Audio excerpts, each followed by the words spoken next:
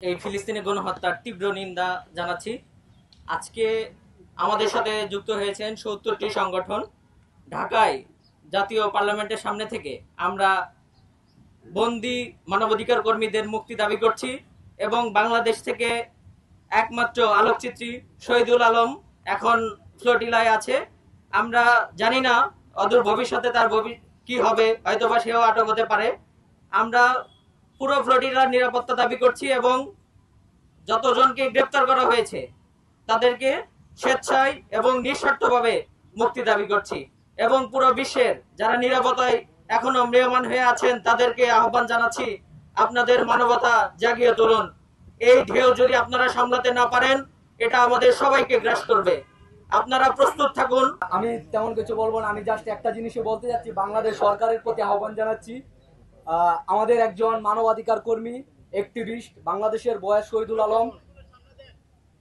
শহীদুল আলম এই মুহূর্তে ফ্লোটিলায় অবস্থান নিচ্ছেন। আপনারা জানেন 40টার মতো শিপ ইসরায়েল ইন্টারসেপ্টেড করতে পারলেও এখন আমাদের শহীদুল আলমের শিপটা সহ আরও 9টা শিফট এখনও ওই সমুদ্রে আছে, তারা গাজার উদ্দেশ্যে যাচ্ছে। কিন্তু তাদের যে ইন্টারসেপ্টেডটা আরও কিছুদিন পরে হতে পারে বা আগামীকাল হতে পারে। তাই আমরা গ্রেটা থুনবার্গ সহ পাকিস্তানের সিনেটর মুশতাককে যেভাবে অ্যারেস্ট করা হয়েছে, আমরা আশঙ্কা করছি আমাদের শহীদুল আলম ভাইকেও আগামীকাল বা আজকের রাত্রে তাকে অ্যারেস্ট করতে পারে ইসরায়েলি দখলদারিরা।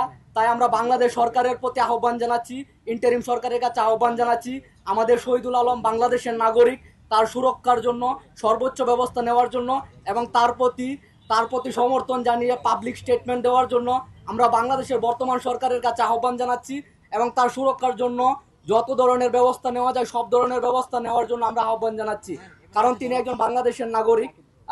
আমরা ফ্লোটিলার জয়যাত্রা কামনা করছি।